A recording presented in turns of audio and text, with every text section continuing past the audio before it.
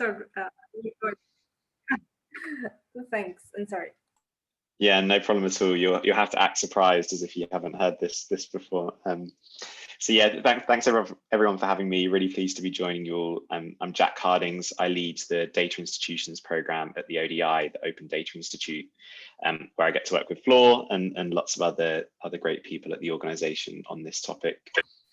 So I plan to give a 10-minute overview of this concept of data institutions and finish with some thoughts, some provocations on what we think governments can do to create an enabling environment for them, which I hope adds and stimulates some discussion.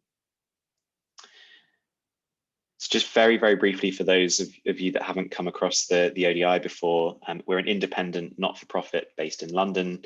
Our vision is a world where data works for everyone, and we work with companies and governments to build an open, trustworthy data ecosystem for that to happen. And here are our founders, Sir Nigel and Sir Tim, and Jenny and Louise, who are the senior leadership of the organisation.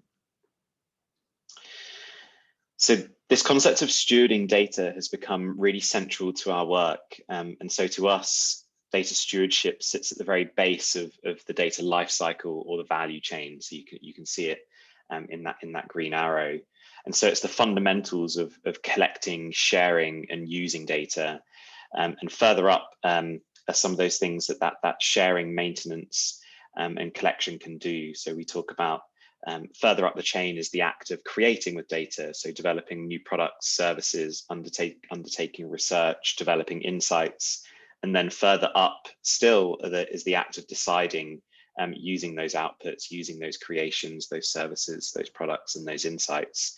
And so to us, stewardship is incredibly important. Again, the collecting, maintenance, and sharing of data, because what happens here ultimately shapes what can happen further up the chain. So if data is stewarded well, so in an open, trustworthy way, then we can create exciting, useful, impactful things with it.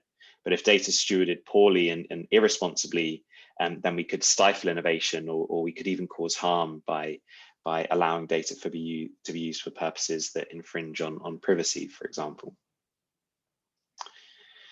And so to us, this concept of data stewardship has emerged as the issue of an incredibly pressing topic. And so we continue to like to use the example of Cambridge Analytica and Facebook, and kind of the role that those organizations had in enabling personal data to be used for political advertising as a demonstration of the social interest in data stewardship, and kind of the interest from an individual and societal point of view. This realization among firms that data will have a really important role to play, and access to data will have a really important role to play in developing and improving and delivering modern products and services has also been key. And I love this quote from a paper from University of Southampton and Dame Wendy Hall about the idea of kind of the inherent politics of the web and data, and that realization that we have now perhaps is quite different to the way the web and data were seen 5, 10, 15 years ago as something that existed outside of political pressures and outside of the domain of politicians and policymakers. So overall, I guess from an ODI point of view, then data stewardship is a hot topic. And so some of the things we've seen in response to that so really significant interest, imagining, experimentation, and momentum around new approaches to stewarding data. So I'll touch on things like data trusts, data co-ops, data unions slightly later on, but just to say there's a fair amount of thinking and work going on in this space, not just at ODI for sure. We're also seeing new organizations and programs being started, so globally, in response to this, again, not just at ODI, but programs such as the Mozilla Data Futures Lab, the GovLab's work on data stewards, or the ACTI Institute in India's work on community data stewardship. There's been a real programmatic and institutional response to this. And as I describe, it seems to be that governments and policymakers in the UK and beyond are really seeming to switch on to this topic and reflecting and beginning to act and intervene in their role as enablers for data stewardship to be practiced. And so this is our response to these developments around this broader theme data stewardship. It's to describe and to coin this idea of data institutions. So organizations that steward data on behalf of others, often towards public, charitable, or educational aims. And to us, it's these organizations that are the practitioners of responsible data stewardship. So rather than focusing on the theme or the concept of stewardship, and rather than focusing on the individuals as individual stewards that practice it, as some other organizations have done, we've decided to focus on the organizations as the units, the things that practice that stewardship, as where we'll really avert our gaze and our focus. And this is what they look like, at least to us. So that they're colorful. And so you can see here that we're zooming into the steward part of the data value chain. So we see data institutions, as I describe, as stewarding data and existing at the very base of our data ecosystems and our data economies. And the different shapes within the green circle in the middle represent the fact that we're really keen to stress that data institutions come in many shapes and sizes. There's not one approach. The way that they actually practice that stewardship is dependent on the type of data we're talking about, the sector they exist in, the purposes of the data collection, maintenance, and sharing, whether it's personal data or not. So there's many different dimensions or factors that determine the shape of the data institution. And so we have these 6 roles. So in order to give some concreteness to this idea, which can be quite ambiguous and quite subjective, then we developed these 6 descriptions of the roles that we see data institutions playing currently. And rather than go through all of them, I'll just pick out a couple. And so UK Biobank is kind of my personal go-to example of a data institution. So a genetic biobank developed in the UK back in 2006, so 15 years old, which stewards very sensitive genetic data on 500,000 people. And it plays this vital role in balancing access to data in order to undertake, for others to undertake new research and development into rare diseases and other conditions, with the need to protect that data and stop it from getting into the wrong hands. So again, speaking to that idea of stewardship as both balancing openness and access with closedness and restriction. That's quite different from an organization like Open a Power Registry, which is a new organization, a startup that I sit on the board of, actually, so have a vested interest in, as well as from an ODI point of view. And so Open a Power Registry is interesting in that it's not stewarding very sensitive data, it's not personal data. Instead, it's reference data about factories and our supply chains, and it makes that data openly available under open licenses for anyone to access, use, and share. So open data needs stewarding too, and quite conscious of this idea of data institutions emerging from the ODI. This isn't leaving open data behind. There's some very real stewardship that needs to be undertaken of open data, but perhaps it's a bit different to, for example, the stewardship of sensitive genetic data in the case of UK Biobank.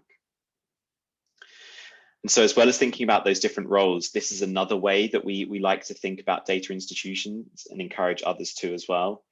So while we stress that the term is new and it's kind of a new umbrella for us to bring together some of these organizations that might otherwise not think of themselves as similar or performing a related role, we like to describe that there's lots of data institutions out there for us to observe, learn from, and many that have practiced responsible data stewardship for a long time. In the case of UK Biobank, 15 years or so now. And so we like to talk about old data institutions, so the biobanks of this world, also the public organizations that practice this. So National Statistics Offices, the ONS in the UK is a great example of an organization that stewarded data on behalf of others. This middle part is interesting. So this is where we begin to think about some of the newer theoretical and proposed approaches to data institutions and data stewardship, which we refer to as bottom up, whereby that they tend to be focused on empowering individuals and groups of individuals to steward data about them or that they've collected about their community. And I've got one quick slide next to address those in particular. So there's lots of hype and froth in that particular space that we see as well. And then lastly, a slightly confusing idea, but one that we think is important, is this idea of old institutions and new data duties. So the idea that there are many organizations out there that could play the role of data institution, they could steward data on behalf of others, but perhaps for reasons of motivation or capacity or skills, don't quite do that yet. So for sure, there are some regulators and trade associations and labor unions in the UK that really could play this role. They have a natural position in the middle of their sectors or their ecosystems, but haven't quite got round to it. There's a really important role for those types of organizations to play, we think, in this space. So we haven't published this yet. This is part of a report that we're going to be publishing in the next couple of weeks, which focuses specifically on this middle part. So these newer bottom-up data institutions that we see emerging. And there seems to be lots of interest, experimentation. So the personal data stores, the personal data pods, the lockers, the data unions, the data co-ops, the data trusts. There's lots happening in this space, and there's lots of debate around terminology. And so our response, in an attempt to cut through debates around terms and debates around what is and what isn't a data trust, is instead to say there are kind of three ways in which we see these different institutions enabling people to have a say in how data about them is used. Some of them are very individualistic in that they allow for us as a group of people on this call to each decide how data about us is used and shared. So speaking more to perhaps the data lockers and pods, as they tend to be called. There's also the variant which are more collective, so seeking to build collections of data sets that are about multiple people. So a great example that I use often is Open Humans, an organization in the US that allows for individuals to port data from their wearables to Open Humans, and collectively they decide how that wearable data is used. So what types of studies can it be shared with? What types of researchers can have access? And then in the UK, there's some real interest in delegated decision-making structures. So this idea of bottom-up data trusts, whereby as a group, we collectively might choose to defer or to delegate responsibility about deciding who should access data about us to trustees who would have a duty to us to ensure that that data was used in ways that benefit rather than harm us. So there's some interest in that space, but perhaps less or fewer examples out there in the wild to point to. And I finish with this as my last slide. And these are kind of some thoughts that we've come to, but quite loosely. So we have a project on this later on in the year. We're asked by a number of government and policymakers, so including in the UK with organisations like the Centre for Data Ethics Innovation, for our thoughts on, well, that's fine. We're bought into the idea of data institutions and data stewardship, but what can we do to get involved or to explore this or to support these types of organisations? And so come up with these initial thoughts, but hope to spend a lot more time thinking about this in more depth later this year. And I perhaps won't go through them all, but just to say that these are ways in which we can see UK government and other governments already intervene to support data institutions. So this isn't entirely new endeavour. So UK Biobank, again, my go-to example, had access to UK government funding 15 years ago at a really significant scale, and wouldn't have happened without that kind of government support. So funding and providing that kind of early stage financing in particular is a really important role, and perhaps unique role in some cases for government to play. We're also keen to kind of describe that we've had lots of people approach us and wanting to talk about data trust, so different representatives from different governments. And actually what we tend to end up doing is to take a step back and say, what goals, priorities, and values are you seeking for data to be stewarded for? So what type are you seeking to advance the artificial intelligence industry in that particular jurisdiction? Are you looking to create a more human-centric data ecosystem or economy, as the way the European Commission describes? And so really we're trying to help policymakers articulate and set some direction around this, rather than start with a particular approach to data stewardship or a particular type or variant of data institution. And then lastly, perhaps a slightly self-interested one from an ODI point of view, then we think that there's a lot to do to support existing expertise on data stewardship and data institutions. So like I've described, there's an array of different organizations that have emerged. And so I would describe the ODI's work as reflecting kind of some of the UK priorities and goals around data stewardship. But I learn a lot when I then go and speak to the APTI Institute in India about the particular goals that are there, and there are differences there, which then lead to different types of approaches and different roles for governments to play. So there's I think a really key part here is understanding some of those national, regional, jurisdictional differences as well. And so I'll stop there. This is kind of my generic closing slide. Really keen to pick up any discussions if any of that resonates. More than happy to contribute to the discussion now. But for anything we don't get to, then feel free to message me, and always keen to pick up this conversation and learn more about what's going on, as well as sharing what we're doing. So yeah, please do reach out afterwards, and thanks again for having me. Thank you so much, Jack, for your presentation. It was really insightful. Before we start with Fabrizio's presentation, I would like to ask the group whether they have questions or not. I had the question about the government's role, but that is something that we have discussed inside the ODI. But like, if you could tell us, how do you see that these new models of data stewardship can contribute to creating trust between government agencies and individuals, or between organizations? And what are your takeaways on how to create trust through these models? Or if you could give us an example of like ways of increasing trust through better data stewardship. Yes, it's a really good question and a difficult one. I think there's not a particular model that is inherently more trustworthy than another. So that's one of the first things we tend to say when we talk about data trust, is that there's nothing inherently to be trusted about the data trust. And so instead, it's what's the behaviors of any of these types of data institutions that engender trust and trustworthiness.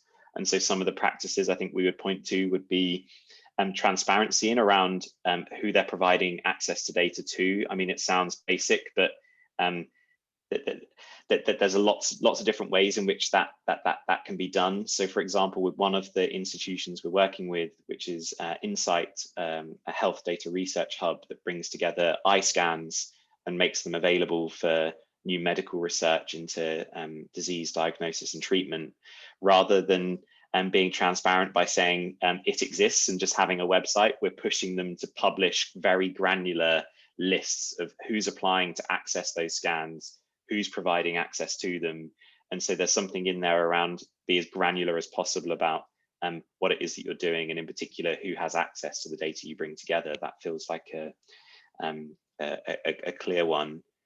But I think that's a deeper question, and something that we'll continue to reflect on is these are very different organizations and very different approaches. What are the common ways in which that they can build trust in their particular ecosystems? I would love to have a better answer to that in a year or so's time, because I think it's beyond just transparency. There are other things that they can do, but definitely the start of our response to that question rather than a resolved one, I think. Hi, Jack, I've got a question.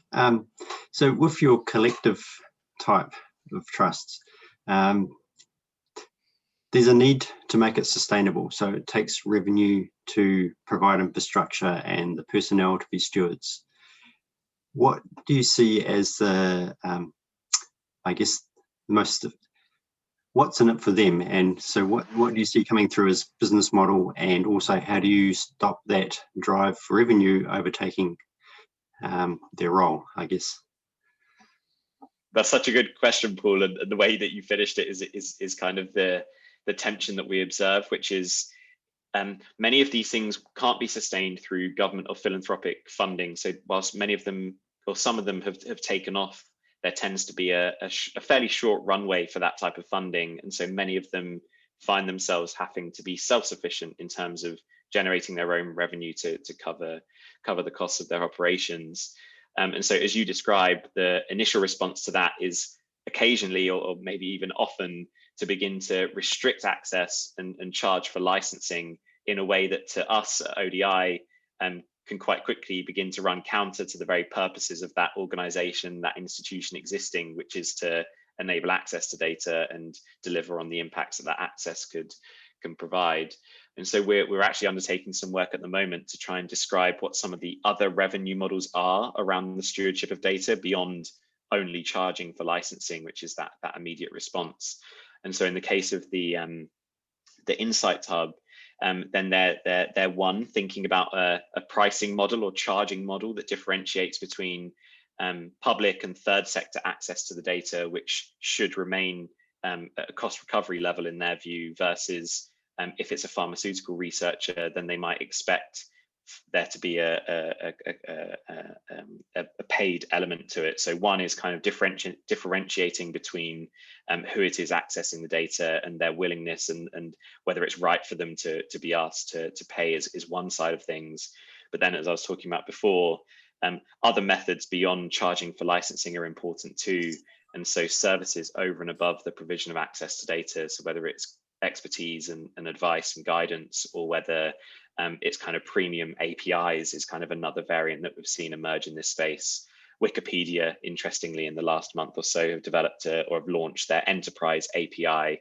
So whilst Wikipedia for free and open won't be going away anytime soon, for us as a consumer like Microsoft, Google, Facebook, Amazon, others, there is the ability now for them to pay to access a slightly premium service. So there's some really interesting stuff bubbling away in this space. We haven't yet come to a position to say this is what demonstrates good and this demonstrates bad. Is it a kind of blurred line or a fuzzy distinction? But that tension, as you described at the very top, is one that we see quite often and we're keen to push back on. Thank you, Jack, for your response. Arturo, you had a question. You had your hand raised. Yes, I have. Thank you very much for the presentation. Actually, my question, it's really related to the point that Paul just raised, because I mean, speaking about funding new data institutions, maybe it's a little bit challenging, you know, from the perspective of that was a really bad timing for the patrol to just pass across. Because I mean, at the very end, governments faced budget restrictions and so on. So, and also, you know, I mean, funding new data institutions raises the issue, as I think Paul was also mentioning, about financial sustainability. So my question is, where do you start, you know, when you are within the government? I mean, because all the bullets, seemed really, really important, but you need to start in some place. So which would be your advice for governments? A tough question, and as I say, that's something that we will be picking up in more detail. So we hope to produce some more thorough, detailed suggestions and recommendations on precisely that later this year. I mean, one of the things that, to give an example of something in the UK that I think has worked well, then the creation of Health Data Research UK, an organisation. I think it's maybe 4 or 5 years old, but has really started to deliver in the last couple of years. So HDR UK is an arm of government funded by UKRI, kind of the investment agency in the UK, and it is responsible for stimulating, in part, the development of new data institutions. And so the Insight Hub that I mentioned is one of 7 that it's decided to fund as part of this particular round, each one focused on a different disease area or type of data. So the one that we're involved with is primarily for eye conditions and brings together scans of the eye. There's another that focuses on emergency service data. There's another that focuses on cancer data and so on. And so doesn't quite answer your question, but I think as an example of how to fund it that isn't just throwing money out and seeing what happens, these are quite targeted interventions to stimulate data access where that particular body or agency has decided there is insufficient data flowing around that ecosystem. So doesn't quite answer your question, I think, Arturo, but an example, and I can share some more information of something that I think has worked well so far. And like I say, also recognizing this isn't an entirely new paradigm. at least in the UK with UK Biobank, it was given some support by government 15 years ago, before we were talking about data stewardship, data institutions, and so on. And so actually partly this is, at least in the UK, one of the things that I and the program have had to do is to help government to reconcile the different ways in which it already supports data institutions before it thinks about how to support this new kind of style, some of these new approaches like data trusts. There's been a big exercise for us in pointing to developments that they wouldn't see in these terms, but actually are really good examples of them stimulating new data institutions, new data stewardship models. So it's not an entirely new endeavor, but completely understand that in some contexts, then funding is a real barrier. So I hope that answers your question somewhat. Yes, it does. Thanks. Thank you all. So now let's jump to Fabrizio's presentation. Fabrizio, are you here? I can see in the chat. Yes, I was here and I was happily mute. Hi, and I was listening to the previous presentation.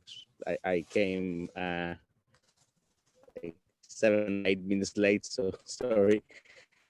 And just a warning to now is behaving very properly, but that could, change. So with that warning, I'm basically yes, ready to share my presentation, but I need you to enable me to do so. Agus, yes, you're co-host. Excellent background, by the way. I'm so jealous. Yes, no. It's a playground, so, and it's this, I mean, there's no kids around, so that's very convenient. It's a very there we go. Hopefully you will be able to see this now. Yes, we do. Yeah, great. So thank you very much, and thank you for the previous presentation as well, which I think was very interesting. I think you are not getting to see this properly, so hopefully see that properly, hopefully. Great, so my presentation here is mainly to discuss and to share the results of the Latin American Open Data Barometer edition. It was in 2020, and to share the lessons we extracted from this measurement exercise. For the record, ILDA is an organization working mainly in this region, devoted to explore the use of data for development. And the Open Data Barometer was one of the earliest ways of measuring the way governments were evolving in terms of publishing data. And this was set up in the early, I think the early 2040s or so by the Web Foundation. And since then, the barometer had a set of editions and an evolution in their methodology. And in the last year, we decided to replicate this measurement mainly because of the absence of data in Latin America. And so we decided to replicate this measurement so we could actually track the evolution of the open data agenda in this region, when where there's a lot of activity around open data, but we weren't sure how far our governments were implementing, or if you want, walking the talk.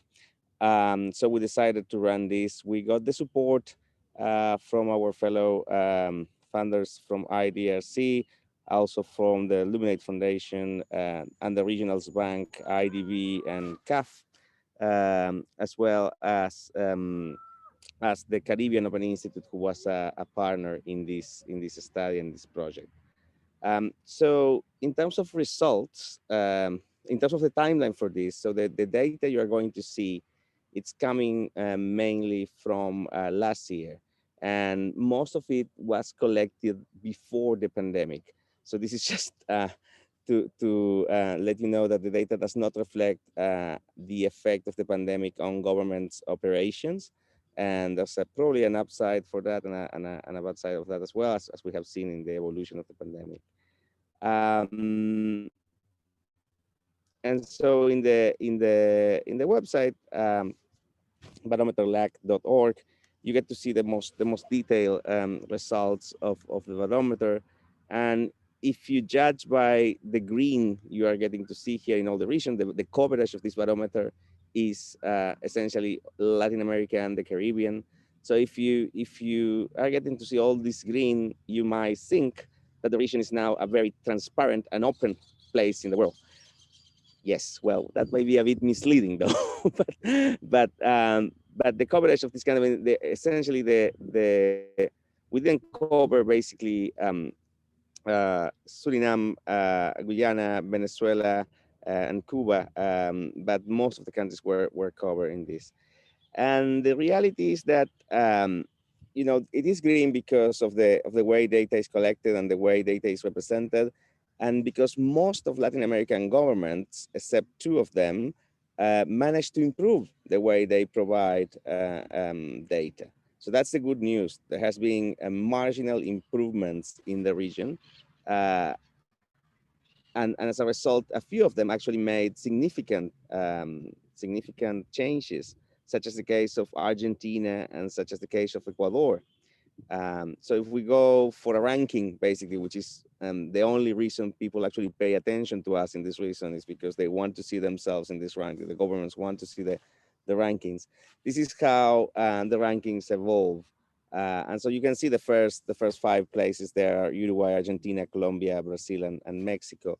And the trend basically for most of these countries, except for Mexico, is upwards. But in some cases it's marginally upwards, right?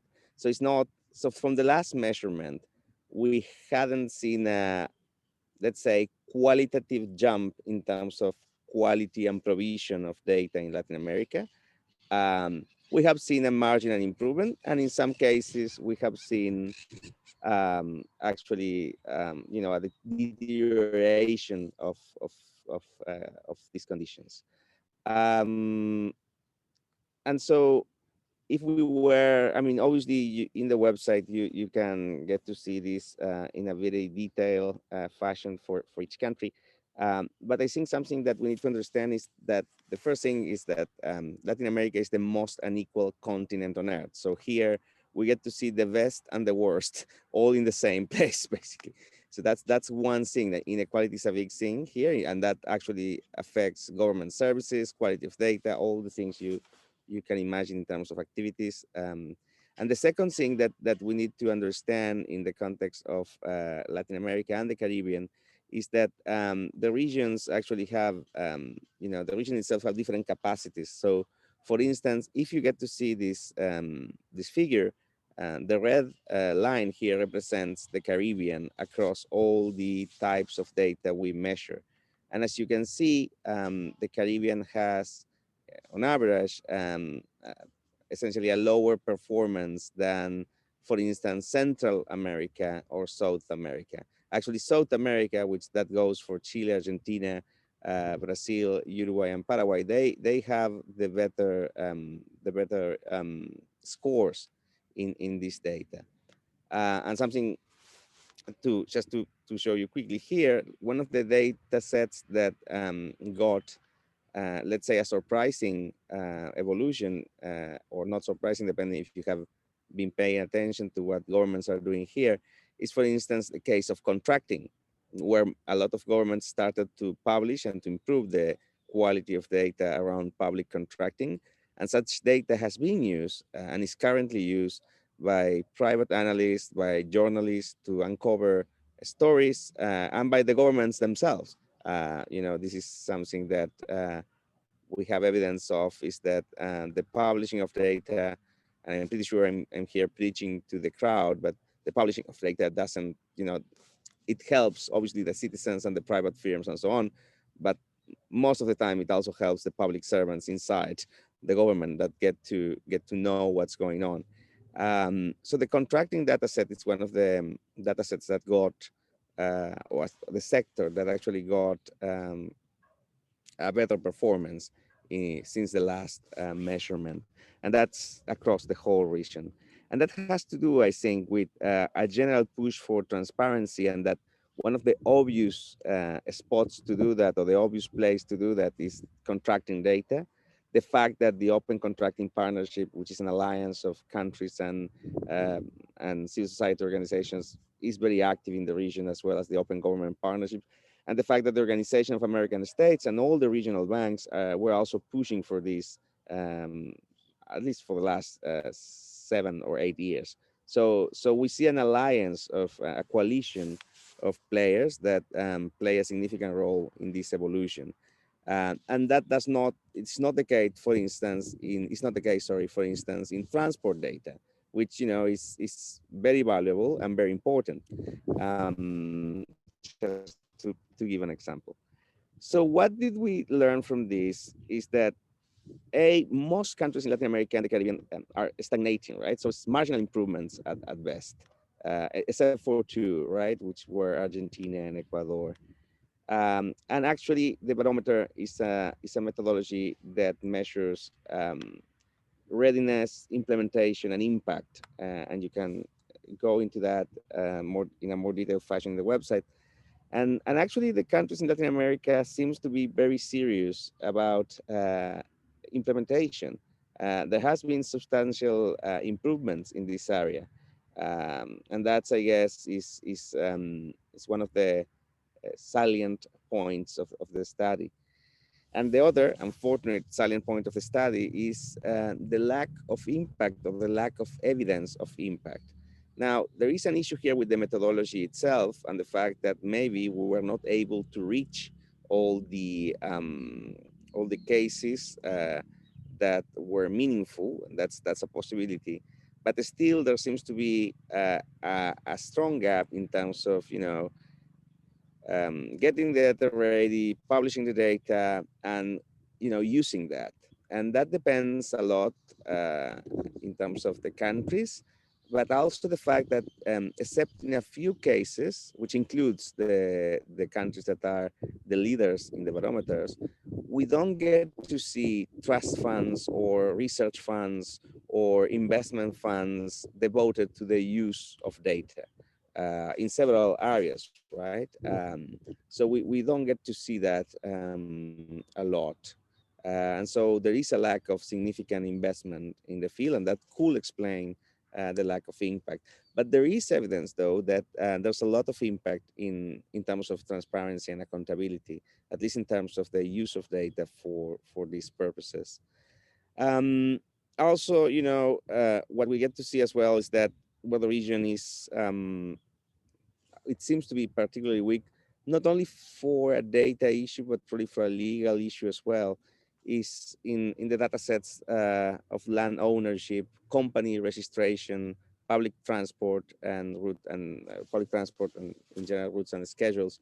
In the first 2 cases, there is a legal tradition and a legacy system here that prevents some governments from sharing this data, or impose significant costs of doing that. And for people familiar with this in their own countries, there's all sorts of perverse incentives for the organizations in charge of this data by essentially charging for access, or, you know, they're not very inclined to share this data for political reasons. I mean, there's a sort of mix of incentives there, but it's not only a capacity issue, but there's also a legal and a legacy issue here that is preventing the improvement of the publication or publishing of this data. And then the fact, as I already mentioned, that the region advances at different paces. It's not the same what we are getting to see in the Caribbean of what we are getting to see in, you know, in South America or Central America. Give me 1 second. There we go. So you're going to hear a bus behind me. So these were the findings. What we recommend basically is that essentially government must invest in a constant and sustained manner. From our data, governments are basically treating open data as a side, basically as a side activity. It doesn't have, a lot of personnel. It doesn't have significant resources invested except in a few countries. Then the other issue that we are encountering, and I think it's worth mentioning, is that governments should consider holistically the different aspects of production and use of data. This is something that is emerging from our experience in the use of data and in the workings of documenting the lack of data with a gender perspective, most notably in the case of femicides. And so those considerations are not usually built in government processes. This is not something exclusive of Latin America, but something that here we get to see a lot. And the governments essentially must redouble their efforts to include private sector and civil society in the open data ecosystem. This is something that probably you already know as well from your experience. We get to see, all sort of, let's say, councils and advisory bodies and so on, and that's very relevant and useful, but it's not sufficient to essentially move forward this field. And as I say, government must improve the quality of their data to be genuinely inclusive, not only in terms of gender, but Latin America is home as well to several and different indigenous groups that are not represented in our data. And those were the recommendations we provide. And when thinking about the future, this is something that connects a bit with the former presentation.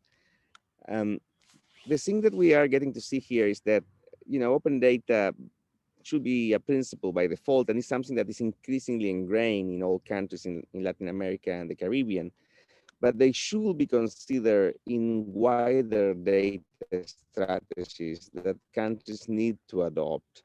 I mean, no strategy is an island, basically. And, all countries have some sort of a strategy around open data, but there is limited connection with a wider data strategy. And that's something that, we might get to see in the future. We, potentially, hopefully will be interesting to see in the future. And as mentioned, the use and inclusion remains a paramount concern. I mean, no matter how good your data is, if no one is using it for the purposes that are required according to the context, and in Latin America, we have a lot of challenges, then, it doesn't really matter. And that's something that we are still struggling with. And then the other issue is, I think it's also the case for other countries as well, but thinking critically about data, it's something that becomes very important, particularly where there's legacy systems in terms of, not only in terms of, in terms of legal rights, but also in terms of the information. And in terms of the IT technologies behind. This is something that we might need to consider. We might need to consider in a more systemic manner. And yes, with all of this, obviously there were some of the issues were going to be complex in terms of trust in governments in the era of COVID-19. I mean, most of our governments did not have a good reply for a good response, sorry, for the COVID-19 emergency. We struggle a lot with getting the right figures. We struggle a lot with getting information on time. As a result, the region faced waves of disinformation. And this is something that governments might need to respond properly. And on the other hand, we also saw the importance of open data policies in terms of dealing with the crisis. And we also saw good uses of open data by governments to actually counteract misinformation. But that's a long road, and that's also, you know, it's not only about the data itself, but the broader ecosystem. So all in all, I think that's the way Latin America potentially could evolve, but that demands significant more investment in this field, and connection with the broader issues that are emerging in terms of data governance. And that remains a challenge from a regulatory and contextual perspective here. And that will be it. Thank you very much for your attention. Thank you so much, Fabrizio, for your presentation. And I'm conscious of time, and Paul needs to leave some homework for the implementation working group. But I wanted to wrap up and try to connect both presentations. And my question for you, you already mentioned some things, but my question for you is, which are the challenges that you see in Latin America for implementing these new types of stewarding data or data trust or any type of legal model for stewarding data? For example, data sharing agreements are something that Latin America doesn't have many. Depending on the country, you have some ministries sharing data, but which do you think are the challenges of implementing these new models of data stewardship in regions like Latin America, where they mainly focused in transparency issues and might not have focused in data infrastructure things that are really relevant for these type of models? Yes, that's a great question, and it's part of the work we're doing in data governance, which we're working on that field. But we didn't encounter a lot of examples of trusts. We did encounter, as you mentioned, examples of ministries or government bodies sharing data with the private sector and vice versa. And one of the key issues that I think is a structural challenge for Latin America is not about the legality of it, but about the legitimacy of it. So the fact that the government also has a very some governments have very complex track records in terms of human rights violations or generally mishandling data. So let's say that when Jack was presenting, I was thinking about the case of Estonia, where actually you get to see who accesses your data, when, why, and so on. And I was thinking well, to achieve that level of control on personal data in this case, or more generally in any data sets, for Latin America, it's a long road, basically. And I think that we are going to require much better efforts to tackle that from a technical perspective. But I would say that a significant challenge is political, and that's difficult to tackle. Many thanks, Fabrizio. Paul, do you want to introduce the Jamboard activity that we will start today and maybe discuss it on the next session? Sure. Agus, could I just get the ability to share screen, please? I'll show it. So we're going to talk about open by default, but we don't have time, but I think it's something that we can carry on doing in the background between meetings. So Flor has made a Jamboard, which I will hopefully share now. So I hope you can see that now. And so what we'd like to do is something that came out of the review of the principles back in 2018 now, was that people seem to have a different understanding of the words open by default and what it meant. And so I thought it'd be a really good exercise for people to put down and share their understanding of what the words meant. So what we've also got is a page. You see people have started putting things up there. What are the challenges to putting open by default into practice? What are some of the ways that we can overcome those challenges, and articulating a vision to embrace openness? So what would be kind of like an elevator pitch for open data or open by default? So we would really love if you, when you have a chance, could come to this Jamboard and add your thoughts. And I think it would actually be a valuable collection of ideas that would be a focus for conversation once it's been put down there, because people may want to question somebody's understanding, and we can all hopefully be challenged to articulate what we mean and in the process learn. So I really encourage you all to do that over the next month. We might make it, maybe, I don't know, I won't be chair next month.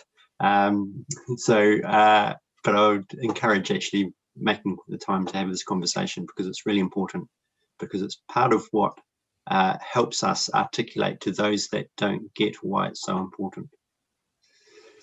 Okay. I'm sure you'll be around for moderating this activity. And thank you for the group for start completing this. We will have like a discussion when we start the next meeting around these answers. So continue like through this month completing everything. I have to leave Agus with an announcement. Agus, are you there? Two announcements. Yeah, I'm here. Okay, I'll stop sharing. So we have some, yes, we have some news for the group, and Agus will be in charge of telling them. Okay, well, thank you everyone for completing the Jamboard, and maybe we can catch up on that on the next meeting. I have two main announcements. One is that we already have, as you know, Paul is stepping down as a government co-chair of this working group, and we made an open call for anyone from any government member of the ODC network that wanted to take the lead and co-chair the group with Flor. We already have that person that will be taking Paul's place, but that person wasn't able to join us today because it's out on vacation. So I won't say who that person is, but as from next month, you will be able to meet the person and make the official announcement. I don't want to name that person if it's not in the call. So I will keep you open the suspense as Fabrizio is saying, and keep you all on board for July's meeting at the working group, so you can join us. And the second announcement is that myself, I'm leaving the ODC as well as from July. So I will be participating in the meetings the next month if the schedule allows it. So I will still be part of the group, but as a participant, not as organizer. So I will move into open ownership as data engagement managing, working on companies, registers and information in particularly on natural resource management. So I mean, I wanted to take the opportunity of having you all here to thank you for the wonderful work and engagement with the working group. It's been a wonderful experience for me, being part of ODC and leading the group as well. I will anyway share an email and with contact details if to keep in touch, but I just wanted to take the opportunity to mention that today. And as Mercedes shared at the beginning of the call, she will be joining the ODC team as from July, taking over many of my tasks and some new challenges that may arise, and will be partnering with Nati in this amazing team. So it will continue to be a woman-led team, but another Argentinian woman as well. So well, yeah, just to share that. I don't want to take you that much time as we are a bit over the hour. I just want to publicly say thank you, Agus, for all your work. It's been amazing working with you. I know we're over the time, but I really wanted to say that. Thanks. Thank you, Nati. Yes, Agus, and you were key for this implementation working group. So thank you so much for all your help, all your support, and for always like making things possible for this group. And welcome, Mercedes. So thank you, everyone. I'm really happy to join to ODC and to join in this working group. Thank you, and thank you, Agus, too. So new, like fresh leadership to the group. Well, yes, Paul, go ahead. I was going to say a real season of a change for the Open Data Charter. but the members are all still here, and it's you guys that are going to keep this going. So yeah, but yeah, we'll miss you, Agus. Okay, so with this sad news, but with a great discussion we had in this hour, we are ending this implementation working group session. So thank you so much all. Thank you, Fabrizio, and thank you, Jack, for your presentations. It was a really good discussion. We will have a blog where we will share the video and the presentations. So looking forward to meeting you all next month. Thank you so much. Okay, bye. Thanks, everyone. See you soon. Bye. Take care. Bye. Thank you so much.